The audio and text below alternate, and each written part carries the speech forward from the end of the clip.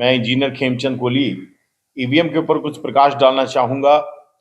EVM जो है आज सबसे बड़ा विषय देश के अंदर बना हुआ है और ईवीएम है जिसके ऊपर जो विपक्ष के जितने भी दल हैं सारे बहुत ताकत से जो है एक ही आवाज में एक ही सुर में, चाहे वो जीते हुए दल हो, चाहे वो तृणमूल कांग्रेस हो, ममता बनर्जी हो, हालांकि वो जीती हुई हैं, मुख्यमंत्री हैं, और अखिलेश यादव जी हों, चाहे वो पूर्व मुख्यमंत्री हों, या फिर केजरीवाल जी हों, हालांकि उनकी सरकार है दिल्ली में।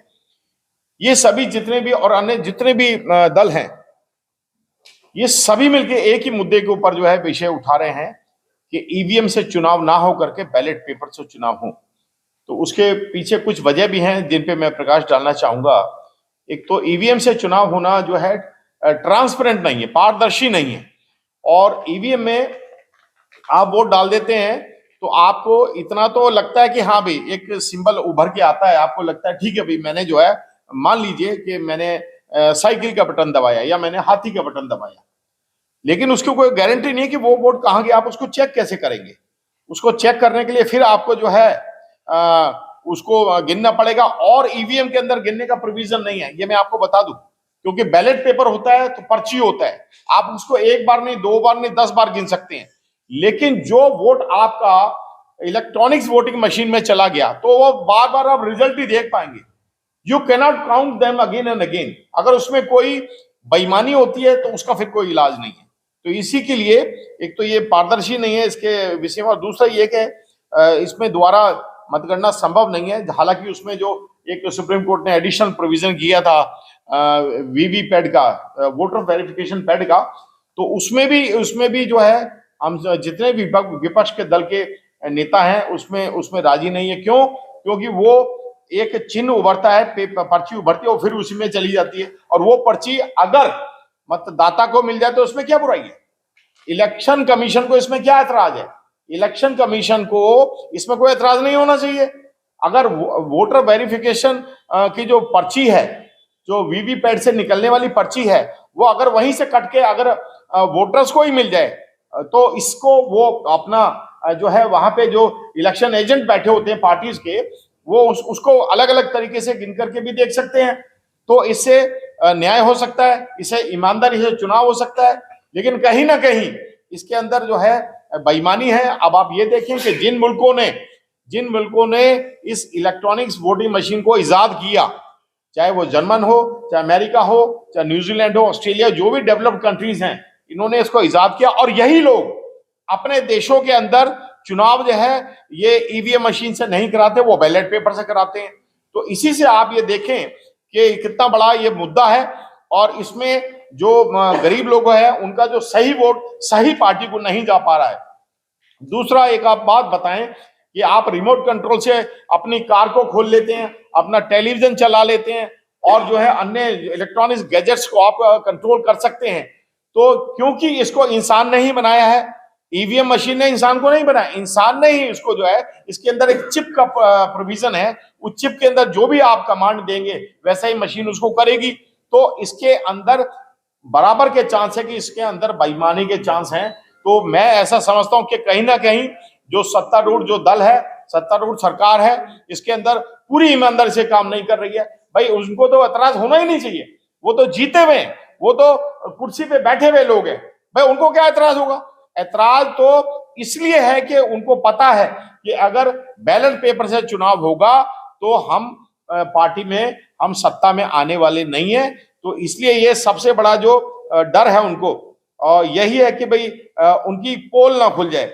और मैंने जो बताया कि जिस तकनीक से ये बनाई गई है मशीनें, तो इसमें पूरी तरीके से इसमें है जो है छेड़खानी संभव है, और रिमोट के जरिए जो इसमें हो सकता है, तो ये क्यों नहीं हो सकता? दूसरा कि इसकी विश्वसनीयता कुछ भी नहीं है। अब आप ये देखें, अब आप कोई एक कॉमन सर्वे करवा लें, आज चाहे वो निगम का चुनाव हो, विधानसभा लोकसभा का चुनाव हो, सभी में जनता की एक राय है। जनता की क्या राय है कि भाई अगर सारे विपक्षी दल जो है, अगर इस बात को कहने के लिए एडामेंट है, अगर उन्होंने इस बात पे बड़ा जोर दे रखा है कि भाई बैलेट पेपर से चुनाव हो, तो रूलिंग गवर्नमेंट को क्या उसमें परेशानी हो सकती है? इसमें परेशानी नहीं होनी चाहिए। परेशानी होने का सबब ये बताता है कि कहीं ना कहीं रूलिंग गवर्नमेंट और इलेक्शन कमीशन ये they have hands in gloves, वो एक उनका चोली दामन का साथ है। अब इलेक्शन कमीशन को ये देखिए आप कि अभी विपक्ष के जितने भी बड़े बड़े नेता थे, सुप्रीम कोर्ट के जितने भी बड़े बड़े वकील थे, उन सब ने इलेक्शन कमीशन से जो समय मांगा कि भाई हम आपसे इस विषय में बात करना चाहते हैं। इलेक्शन कमीशन इस विषय पे समय ही उनको देने को तैयार नहीं है। तो भाई क्यों देने को तैयार नहीं है? इलेक्शन कमीशन जो है वो डेमोक्रेसी के अंदर एक टूल है, एक डिवाइस है, वो उसको मना करने का हक नहीं है।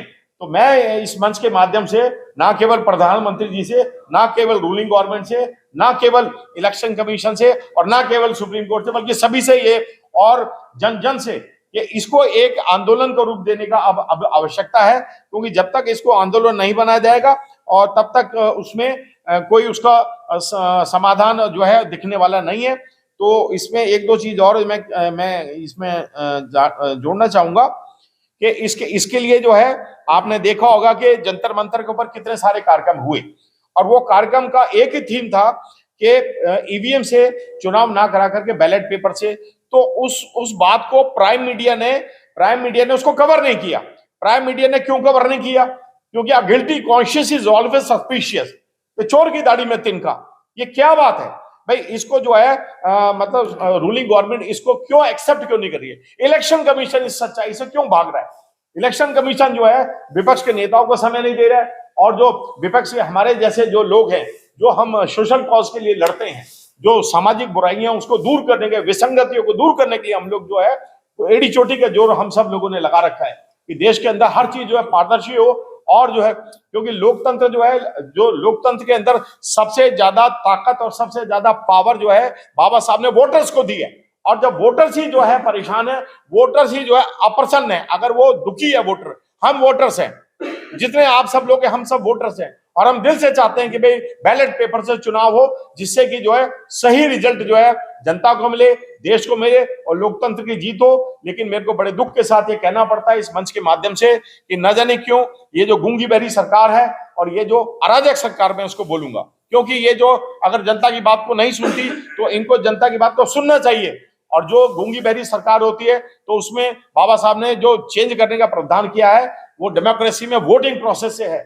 हम अपना राजा बनाते हैं तो अगर राजा जो गलत निर्णय लेता है, अगर जो हमारे अहित के निर्णय होते हैं, तो तख्ता पलटने का भी जो अधिकार है बाबा साहब ने वोटर्स को दिया है। तो मैं इस मंच के माध्यम से सभी वोटर्स से जो है इसे रिक्वेस्ट करूंगा कि इसको एक जन आंदोलन बनाएं और ना केवल अपने इलाकों में बल्कि सोशल मीडिया के अंदर, क्योंकि आज जो प्राइम मीडिया तो जो है इन जो सही जो ज्वलंत मुद्दे उनको दिखाता नहीं, वो तो जो है सत्तारूढ़ पार्टी की जो है चमचागिरी में लगे हुए हैं प्राइम मीडिया तो, और वो तो उनका एक ही महिमा मंडन होता है। वो सब आपको पता है कि रूलिंग गवर्नमेंट का बढ़ चढ़ के जो है उनको प्रशंसा करनी है, तारीफ करनी है और उनके तारीफ में कसीदे गढ़ने हैं। लेकिन जो जमीनी सच्चाई है वो अलग है। जमीनी सच्चाई ये है कि आज वोटर अपने आप को छलावा महसूस करता है, वोटर ये महसूस करता है कि भाई हमें जो है ईवीएम के माध्यम से जो है वोट डालना पड़ रहा है, बैलेट पेपर से क्यों नहीं। और इसके ऊपर जो है माननीय परम पूज्य बाबा साहब ने भी बहुत पहले जोड़ दिया था कि जो है बैलेट पेपर से ही चुनाव होंगे।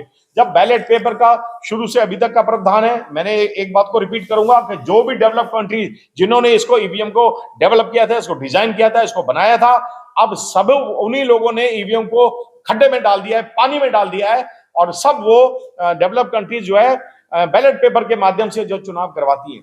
तो मेरे को ये समझ नहीं आ रहा कि केवल भारत सरकार ही जो है क्यों जो है इस पे एडामेंट है कि भाई जो है ईवीएम से चुनाव हो। तो मैं इस मंच के माध्यम से पुनः ये एक आग्रह करना चाहूंगा कि सभी जितने भी वोटर्स हैं, भारत में 140 करोड़ के लगभग वोटर्स हैं, तो वो सभी जो है इस पे एडामेंट हो जाए कि हम जो है बैलेट पेपर से ही चुनाव करेंगे और बैलेट पेपर से हम अपने जो है लोकसभा सदस्य को चुनेंगे। बहुत बहुत धन्यवाद। नमो बुद्धाय। जय भीम।